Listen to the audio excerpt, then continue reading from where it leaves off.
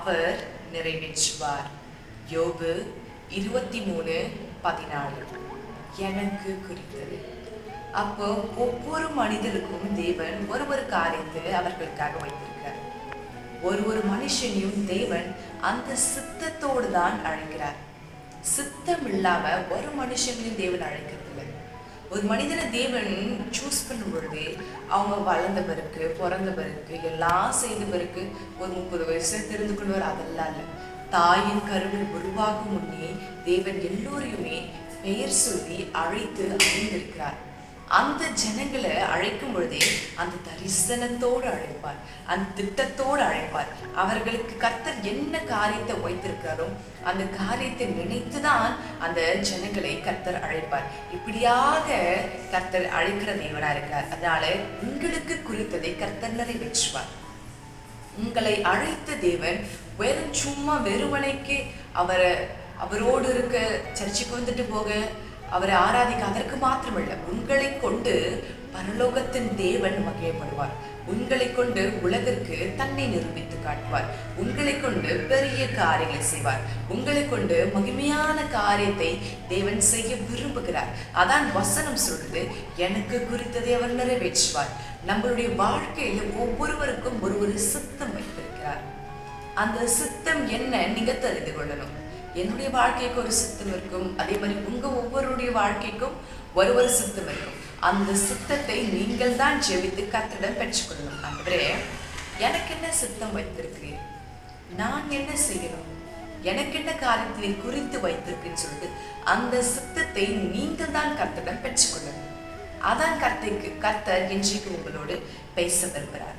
அந்த சித்தம் என்ன, கர்த்தர் ஒவ்வொருவருக்கும் ஒன்னொன்று வைத்து பார்த்து நீங்கள் தான் ஜெபித்து கர்த்தரிடம் வாங்கிக் கொள்ளும். ஆண்டவரே, எனக்கு என்ன சித்தம் வைத்திருக்கிறீர் ஆண்டவரே, நான் என்ன செய்யணும் ஆண்டவரே, எனக்காக என்ன காரியம் செய்ய நீர் விரும்புகிறீர், அந்த சித்தத்தை எனக்கு வெளிப்படுத்துங்க, அந்த காரியத்தை எனக்கு வெளிப்படுத்துங்க, நான் அந்த சித்தத்தை செய்கிறேன், நான் அந்த திட்டத்தை செய்கிறேன்னு சொல்லிட்டு இப்படி நீங்க ஒப்பு கொடுத்து அதற்கு காத்திருக்கும் பொழுது உங்களுக்கானதை கர்த்தரை நிறைவேற்றுவார்.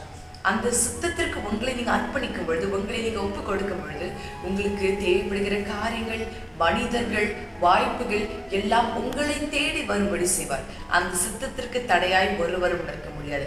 அந்த சித்தத்திற்கு விரோதமாக யாருமே எதுவுமே செய்ய முடியாது. அவரே அழகாய் பத்திரமாய் சகலத்தையும் பார்த்து கொள்ள போதுமான ஆண்டவராயிருக்கிறார். அதான் இன்றைக்கு வசனத்தின் மூலியமாக உங்களோடு பேசிக் கொடுக்க, நீ சோர்ந்து போகாதே, உனக்கான காரியம் நிறைவேறும், உனக்கான தரிசனத்தை நிறைவேற்றுவேன், உனக்கான திட்டத்தை நானே நடத்துவேன். மனிதர்கள் அல்ல, திட்டத்தை கொடுத்தவர் நான், அதை நிறைவேற்றி கொடுக்க போதுமான ஆண்டவராக இருக்கிறேன். நான் சொன்னதை செய்யும் அளவும் கைவிடாதேவனா இருக்கிறேன். கர்த்தர் உங்களுக்கான திட்டத்தை நிறைவேற்றுவார், உங்களுக்கான சித்தத்தை நிறைவேற்றுவார். என்ன அவர் சொன்னாரோ அதை அப்படியே நிறைவேற்றுவார். தன்னுடைய வாக்குனால் சொன்னதை கரத்தினால் நிறைவேற்றுகிற ஆண்டவராக இருக்கிறார்.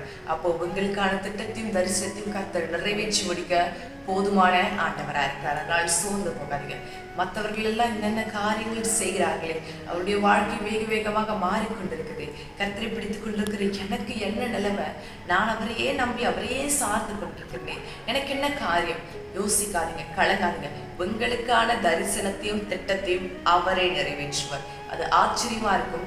மற்றவர்களை காட்டிலும் அந்த தரிசனத்திற்கும் திட்டத்திற்கும் எதிர்பார்த்திருக்கிற உங்களுடைய தலைகளை தேவன் நிமிர்த்த போகிறார். அதனால ஒரு பொழுதும் ஒரு நாளும் சோர்ந்து போகாதீங்க.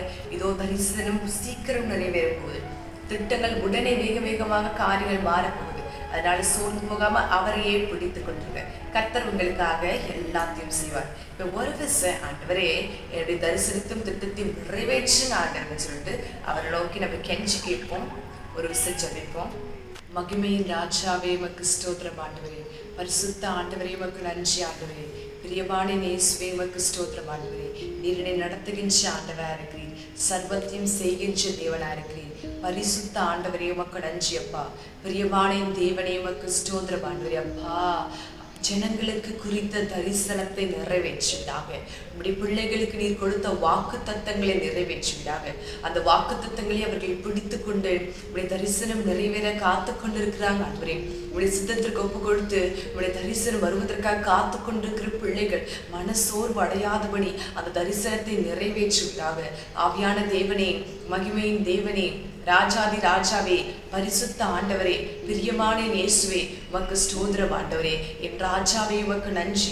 என் பெலனாகிய கர்த்தாவே, அபிஷேகம் நிறைந்தவரே, ஆளுகை நிறைந்தவரே, அப்பா அவர்களுக்கான தரிசனம் நிறைவேறுவதாக, அவர்களுக்கான திட்டம் நிறைவேறுவதாக, அவர்களுக்கான காரியம் நிறைவேறட்டும் சுவாமி. நீர் அவர்களுக்கு வைத்திருக்கிற காரியம், அவர்களுக்கு வைத்திருக்கிற தரிசனம் திட்டம் உடனே நிறைவேற போறமைக்காக உமக்கு கோடான கோடி ஸ்தோத்திரம் ஆண்டவரே.